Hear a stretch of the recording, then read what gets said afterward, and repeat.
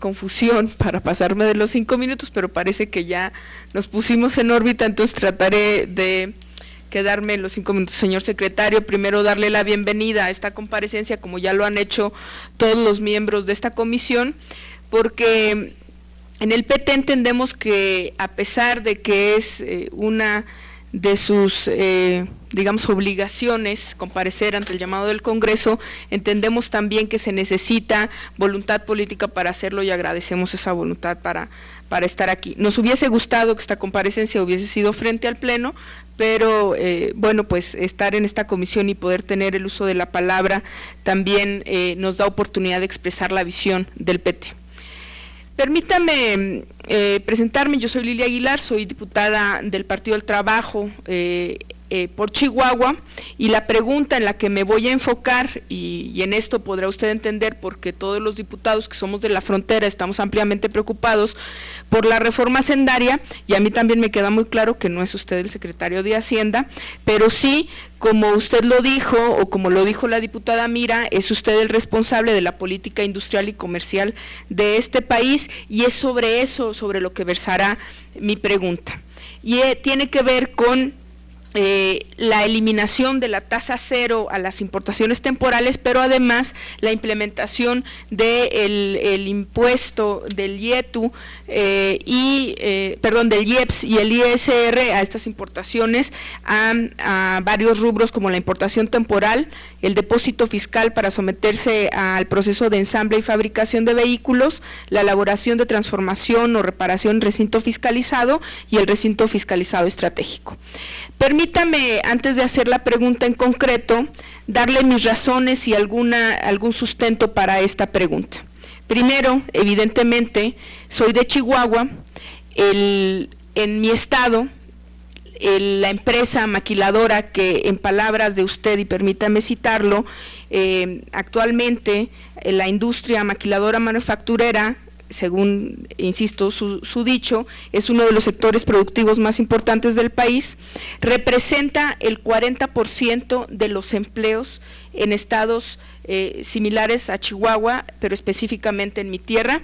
y 11 millones de los empleos que se generan en todo el país, 9 millones indirectos, 2 millones directos. ¿Qué es lo que tiene que ver las importaciones temporales con el tema maquiladora?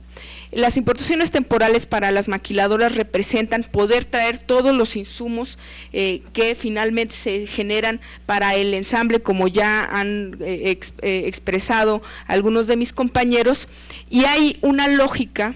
de quienes vivimos no solamente en la frontera, sino quienes estamos en contacto directo con esta industria, de cuál será el impacto que tendrá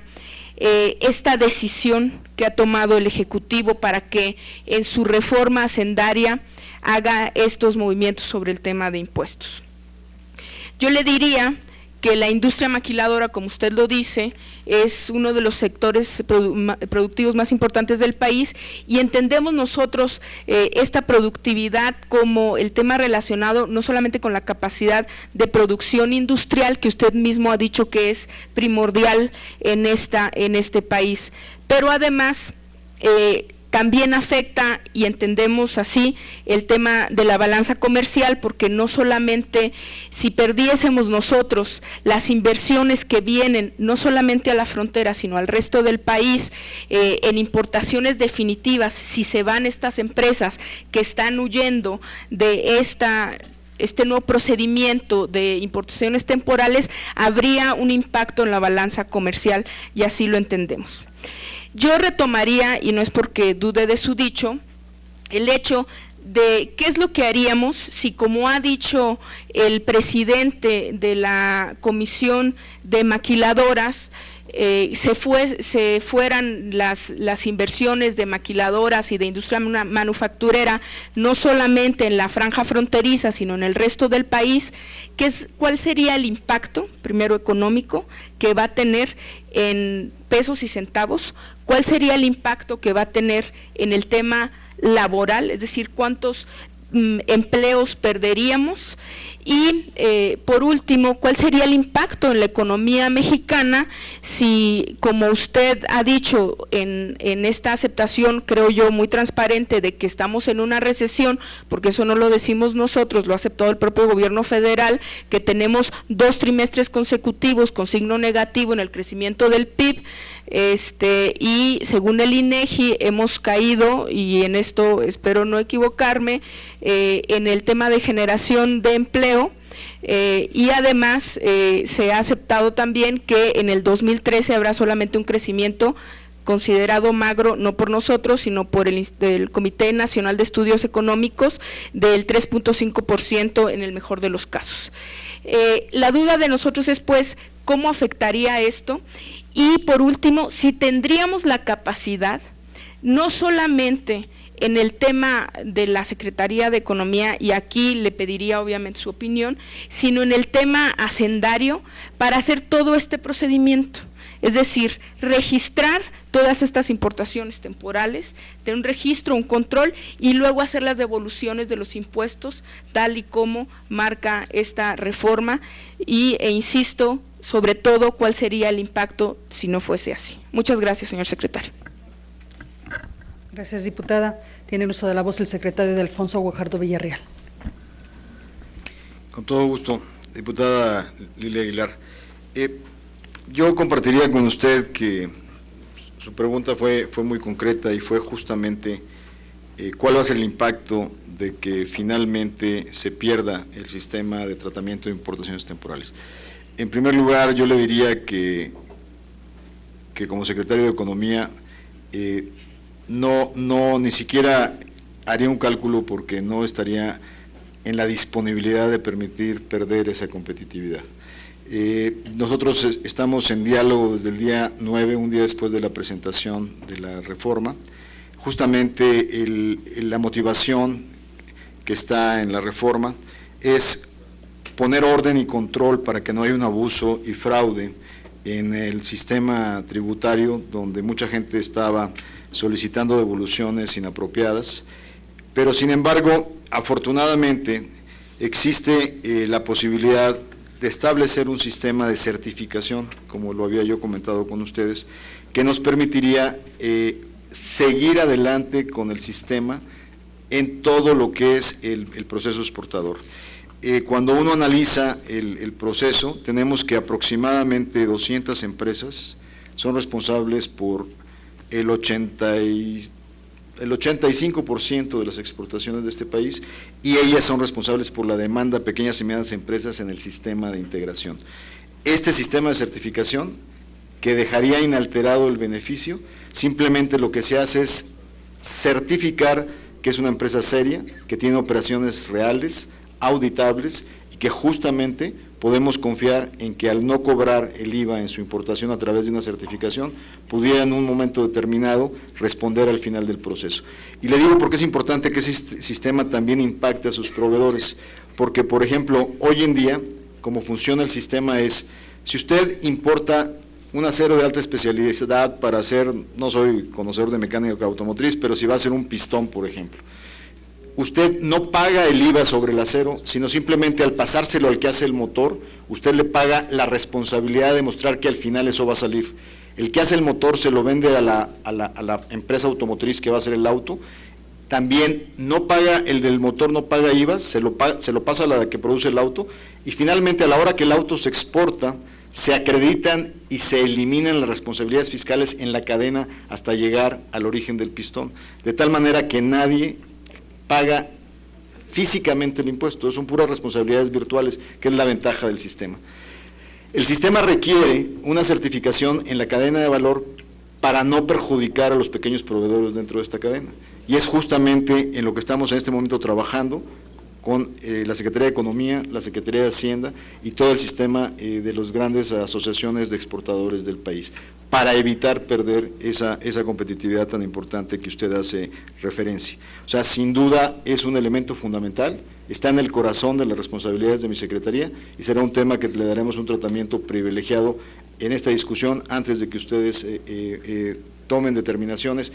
estaremos presentando un sistema que funcionará en automático después de que ustedes aprueben su proyecto de ley. Yo le daría prácticamente la garantía de que todo el sistema del sector exportador se va a prevalecer en su esencia, cumpliendo al mismo tiempo con los abusos que hoy se tienen en el sistema y que se puedan combatir en forma directa justamente para los que están infringiendo la ley, pero sin perjudicar a los que justamente hacen uso eficiente y veraz de este sistema de beneficios a la exportación. Así es que yo le doy el compromiso de mi palabra que estas conversaciones estarán aterrizando a más tardar para la segunda semana de octubre, antes que ustedes tengan que tomar un voto definitivo, poder compartir con ustedes cuál va a ser los detalles de este mecanismo que estamos trabajando con el sector exportador nacional. Gracias, secretario. Ahora tiene el uso de la voz para comentarios hasta por 3 minutos la diputada Lilia Aguilar Gil. Muchas gracias, señor secretario. Yo tomaría su respuesta, simplemente le diría que esto no lo digo yo, el hecho de que se van a ir las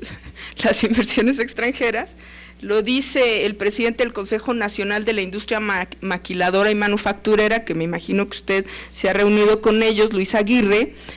Ha dicho que de aprobarse esta propuesta se provocará que las inversiones migren a otros países, específicamente China. Es decir, no lo dice Lilia Aguilar, diputada de Chihuahua. Lo que yo le comentaría sobre su respuesta es que me preocupa un poco que usted me diga que no lo van a calcular, porque creo que a la hora de la aplicación de una política pública tenemos que tener un análisis y un cálculo de riesgos, y quisiéramos como diputados tener ese cálculo de riesgos y conocerlo confiando en que así será. Y entiendo la respuesta que usted me da, que dice que es un tema de procedimientos y mecanismos. Sin embargo, yo considero, y a lo mejor es un punto de vista muy personal, que en la implementación de políticas públicas tan importantes como estas, donde se puede afectar a un sector tan importante que genera, insisto, el 9% de los empleos en este país, deberíamos tener calculado en numeralia el riesgo que estamos corriendo de que se vayan o que se queden. Algunos otros comentarios sobre sus intervenciones y las intervenciones de mis compañeros. Seré muy breve. En el tema de minas, y esto se lo comento como una recomendación, en el Partido del Trabajo hemos conocido, como usted bien ha dicho, el tema de minas tiene que ver no solamente con conflictos mineros que están relacionados con el tema laboral, sino también ambiental y hasta de convivencia. Sin embargo, pareciera que en el sector hay una deficiencia para tratar los asuntos de minas, y se lo digo como una experiencia personal. Alguna vez hemos tratado de hacer como legisladores, y en este papel que tenemos de gestores,